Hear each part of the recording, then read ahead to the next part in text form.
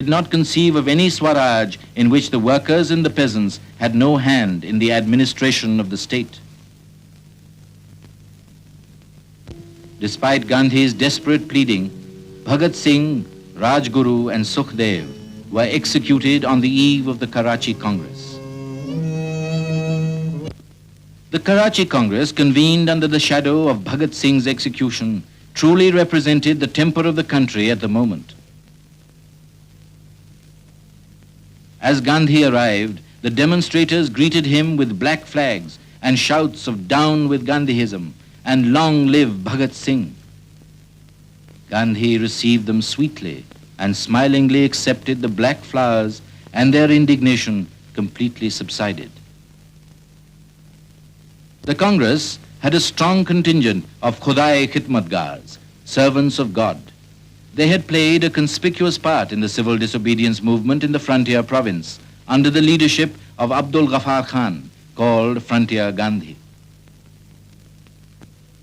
At the Congress, the awakened spirit of the people was very much in evidence. It adopted a charter of fundamental rights embodying Gandhi's 11 points and a few more introduced by Jawaharlal Nehru, enumerating civic liberties, universal adult suffrage, free and compulsory education, and nationalization of key industries, and stressed the secular character of the state. Thus, the Congress took a step in the socialist direction to lessen the burden of the poor. The Congress session marked the pinnacle of Gandhi's popularity and prestige with the people. The Congress ratified the Gandhi-Irwin Agreement and appointed Gandhi as the sole Congress representative at the Round Table Conference. The colors of the national flag were changed at Gandhi's instance. White, green, and red were replaced by saffron, standing for courage and sacrifice, white for truth and peace, green for faith and strength. The spinning wheel represented the hope of the masses.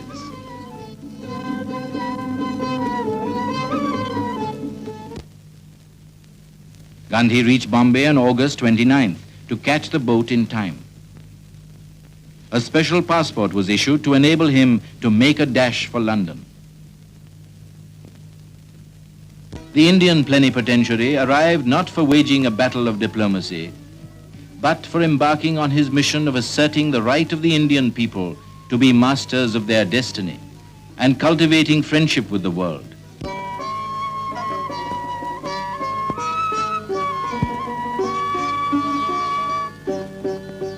Accompanying Gandhi were two fellow delegates, Sarojini Naidu and Madan Mohan Malaviya.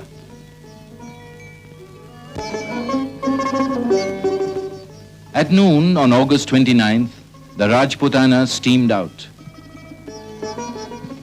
Jawaharlal Nehru watched the ship that carried the sole representative of 1/5 of the human race to the Arabian Sea and the far west.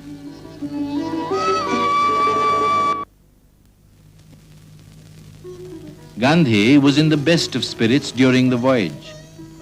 Riding the pitching seas like a veteran mariner, he selected for himself a corner on the second-class deck where he spent most of the day and the whole of the night under the canopy of the starlit sky.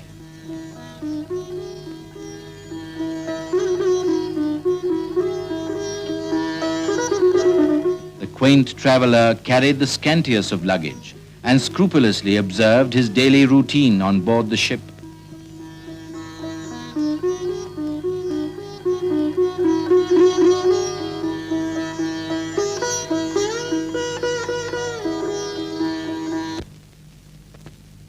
After a weary voyage of 1,660 miles, daylight broke over the rock-crested shores of Aden. Gandhi steered the Rajputana into the first port of call. "I hope I do not capsize the boat," he remarked as he turned the wheel.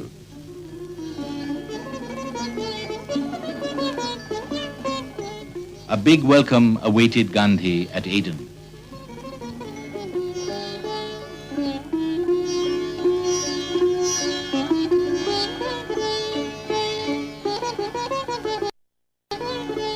He arrived at the citizens' meeting to receive an address of welcome and a purse. In his first public speech outside the Indian subcontinent since 1914, he declared that India did not stand for isolated independence. 1/5 of the human race becoming free through non-violence and truth can be a great force of service to the whole of mankind. He extolled the simple way of life associated with the Caliphs and told the Arabs to help solve the Hindu-Muslim problem.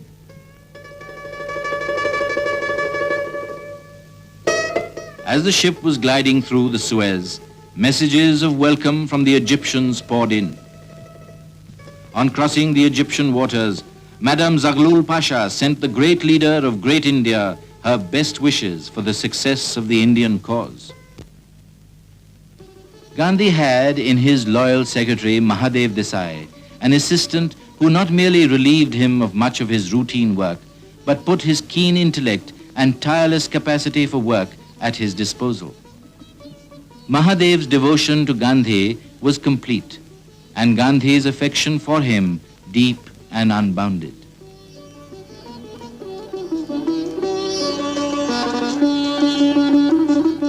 On the misty, cold morning of September 11th, SS Rajputana anchored at Marseille.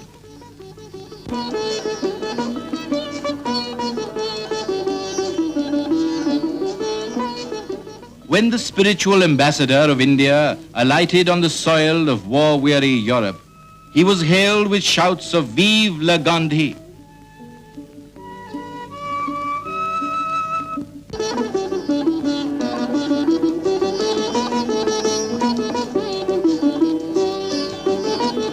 At Folkestone on September 12th, Britons gathered to greet the guest of the nation. Gandhi landed on British soil with thoughts of the hard task ahead. "I am here to vindicate the honor of India and to uphold truth as I see it, for I believe it is the keystone of life."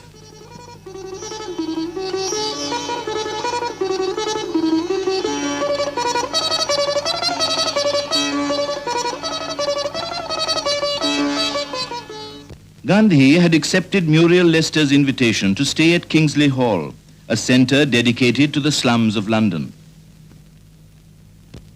The members of every section of Bow assembled outside Kingsley Hall to welcome Gandhi.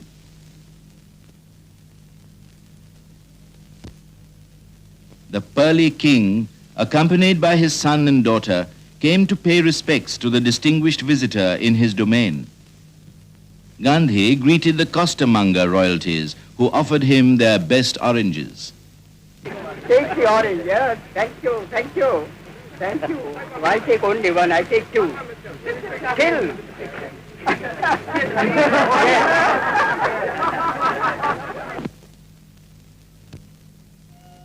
At the Federal Structure Committee of the Round Table Conference held at St. James's Palace, the voice of resurgent India spoke through Gandhi.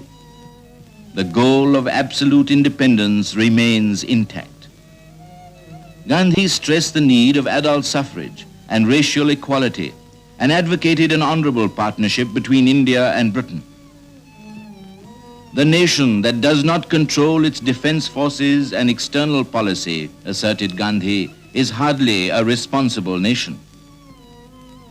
He struck a note of warning. A nation of 350 million people needs simply a will of its own to say no, and that nation is today learning to say